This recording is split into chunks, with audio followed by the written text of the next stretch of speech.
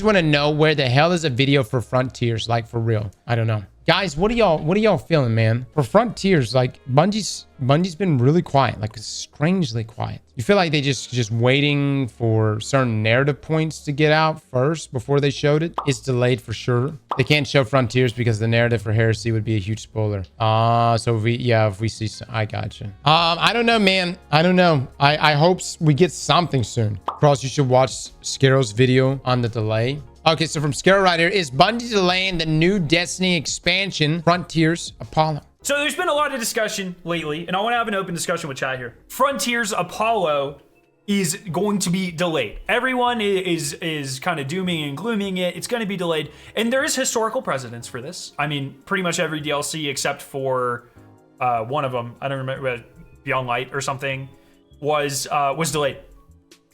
That is true.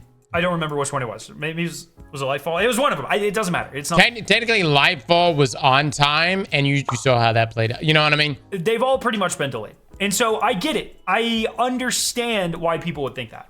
But I think it's a much more complex situation than that. And I actually don't think it's going to be delayed. When we say delayed, what do we mean? If we look at their original release schedule, all it says is that it was supposed to come out Apollo, which is the first part of Frontiers. Right. Supposed to come out in summer of 2025. That's kind of a big window too. I mean, what was June to September? You know what I'm saying? That's a pretty big window. In game, the Bungie has never said, "Oh, that means it will come out in this month or on this day." The only place you can see any sort of speculation is if you go to the accommodation screen. It says that the season ends in 111 days. That would mean that if this were true and updated, that the expansion Apollo would launch on July 15th. So when people are saying, oh, it's being delayed, they mean from July 15th based off of this number. Damn, dude. How do y'all feel about a July 15th release date? That's fine with me. Weird as hell. It's still summer, so it's fine. Yeah, I mean, I guess you kind of get outside of 4th of July. I don't know about you guys. People travel. Some people travel for 4th of July. So I guess that makes sense. What do you expect? I got to get my mind wrapped around video games in July. I don't know why. July for me is just like, even though 9 times out of 10, we are actually in here playing video games. But like, it's summertime. Like you're getting the hardest summer. You're out and about. And the only reason why I'm like bringing this up is like, what is the availability of people during July? It may end up being pretty good. If you guys just running off a chat, what is the time of the year that you game the most? If you had to say from a season perspective, do you game more in the spring, the winter, the fall, the summer, fall, winter? You know, a lot of winters. Oh my God. Everybody here games more in the wintertime. All right, let me ask you the other question. What season do you game the least in? Summer. That's the thing. You see what I'm saying? You see what I'm saying? You guys are saying you game the least during the summer. Now, granted, we had Final Shape last year, which launched in June, technically summer, right? But yeah, July, you're like in the hardest summer there, you know? I think that is a very reasonable thing to expect it to come out on that date, though. If you think about a couple of things, Bungie's marketing used to be the only thing they had to prepare for all the time was one DLC a year. And so they could take their marketing space, didn't matter. They could advertise for 6 months or 8 months. For the Final Shape was advertised for almost a year. Now they're moving to 2 expansions a year on a pretty tight schedule, plus Marathon. And so, yeah, I think it's very likely that they're not going to want their marketing to overlap. You know, if they're advertising a DLC 6 months before it comes out, like they used to with Witch Queen, Lightfall, Final Shape, that means that as soon as Apollo launches, they technically would need to be advertising for Behemoth already, because they're 6 months apart. Where does Marathon fit in on that? Because you're not going to want to be advertising. There's only... Can we get a poll right now? How many people in here think Marathon's going to come out this year? Absolutely no way. Not a chance. I don't even care. Marathon is secretly canned. Well, it's definitely not canned. No, it's actively being developed. I'm sure some of you probably even know some of the people that are working on Marathon. So no, it's not being canned. But that doesn't mean it won't be delayed. Right here, is Marathon dropping this year? We've got 12% at yes, 88% at no. All right, so this is what I need. And there needs to be an agreement here in the stream. For the 12%, if you end up being right, the 88% needs to lick your ass, and then vice versa. All right, and we will hold everyone accountable here. We even hold a day where it's just back-to-back ass lickings. Yeah, Kim Jong-un haircuts and ass lickings. Before we continue today's video, a quick message from our sponsor. Once Human is a free-to-play open-world survival game that has just received a massive update. Starry Studios has added a server modifier system that changes up the combat and gameplay mechanics. Right now in-game, there's a modifier called Lunar Oracle that makes monsters harder to defeat, it adds extra loot, it makes the moon turn blood red at night and terrifyingly huge. But if you're up for the challenge and are a fan of crafting, building, in-game events, dungeons, Once Human is available to play right now on PC with a mobile version of the game launching this April. You can check it out right now using the link in our video description below. Now back to the video. So much bandwidth there, and they're going to have different marketing teams, but there's definitely going to be like some amount of Bungie saturation that they're not going to want to hit. That's what I think, at least. Makes sense. Don't want to overlap. So I think their marketing schedules are going to be much tighter, probably around 3 months. Because if you look at, once again, the roadmap that they showed us, every 3 months we get an update. So an expansion launches, 3 months later we get the mid-season Into the Light update. And then 3 months after that, we get the expansion.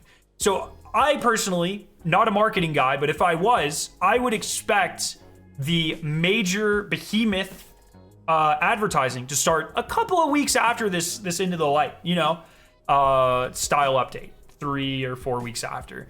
Nice 2-month window to start advertising for the next big thing. Dude, can I just say this though? Like, whether it's overlapping with Marathon, expansion, July, Behemoth expansion, winter. This is most likely going to be January. Oh, it says 2025. Oh, wow. What? You think they're going to drop it for Christmas? Wait, now I'm confused. Now I'm fucking confused.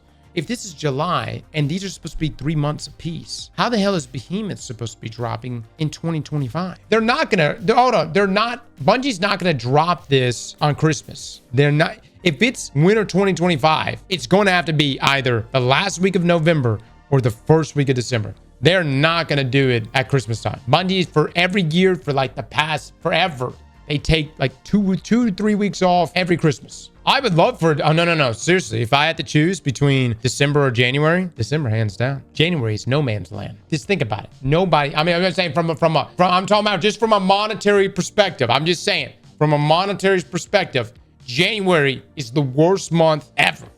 While not trampling on your existing content or stuff that's like currently launching.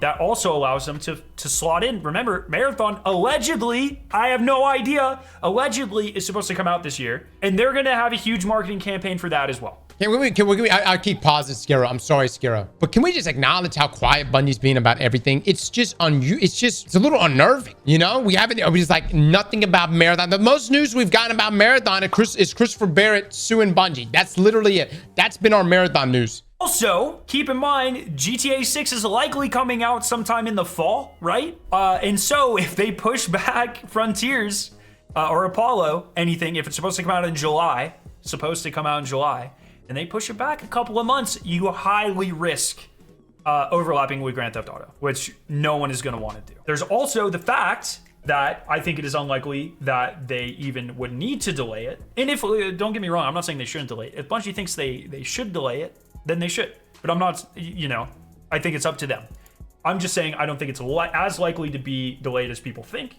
If you look at the end of year update that we got mid-December, the new destination in codename Apollo is content complete, which means we're focused on polishing the non-linear campaign, Metroidvania gameplay experience, developing the finer details of the world, and fleshing out the numerous quests that you'll discover during the journey through New Frontiers. So they've had 3 entire months past this to flesh out the entire expansion. That is a huge amount of time to polish something for a Destiny expansion. And we are still many months away. We're still 111 days away, 3.5 months away from the potential launch date of Apollo. So that's why I think it's probably not going to be delayed off of this time here. They have an immense amount of time to finish that up and then even probably start working on Behemoth. And also a great point that Skiro's bringing up here is that it's not going to be as big as the Final Shape or Witch Queen, right? They've already came out and said that because these expansions are 2 per year, you're looking at like Rise of Iron Size. And so I don't feel like it's with it not being as scarcity, you can in fact get it out quicker. Depending on what their schedules look like. And they have tighter restrictions based off of, marketing restrictions really between Apollo, Behemoth, and Marathon. So I think that's really important to keep in mind. And it's a smaller DLC. So we know that this is going to be Shadowkeep Rise of Iron size, much smaller than something like Witch Queen or Final Shape. They don't need as long to develop it, likely. Once again, this is all backseat, not developer talk. But what's chat say? I don't understand why they decided to make an extraction shooter. Well, fairly untapped market, and you want to diversify your player base, right?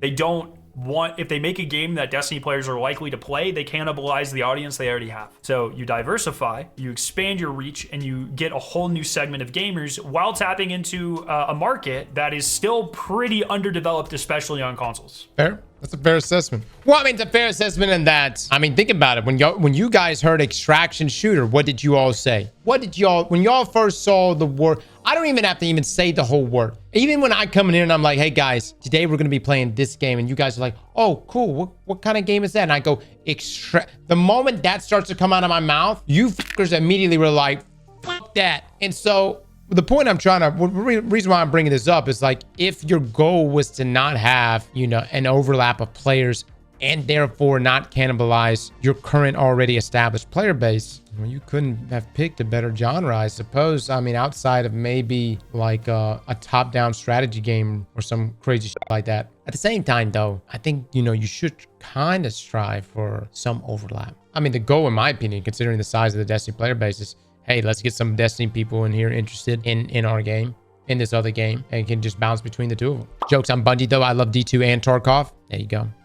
But does your love for Tarkov transfer to your love for Marathon? You know what I'm saying? I don't know. You got hyper-realistic jank versus sci-fi. I don't know. You know what I mean? We'll see.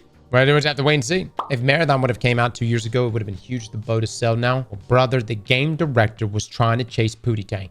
All right, he had bigger things on his plate than trying to make a video game. We're gonna see how that story unfolds. Allegedly, sure, six. Allegedly. Honestly, though, the game director for Marathon now, I think it was a better switch. Though his time, his talent there, and time spent that he had with Valorant, I feel like it's gonna transfer well for Marathon. K-Phil says, yeah, but it's not just Apollo content that's coming out, it's Frontiers as well, like solo ops, fire team ops. They need to test and make those. Most fire team ops and those sorts of things, my understanding is a lot of those are just existing pieces of content. Portal will play into, I think they specifically mentioned the Coil, probably things like the Nether or Court of Blades, that sort of thing. Solo ops, yeah, those need to be developed. I'm not really sure how long it would take them to make solo experiences. Like, I expect those to be fairly small scale. But my understanding is most of what is going to be in the Portal screen is content that either already exists or is coming with Apollo that would normally come with an expansion or a season. I don't think they're making too much content explicitly for that.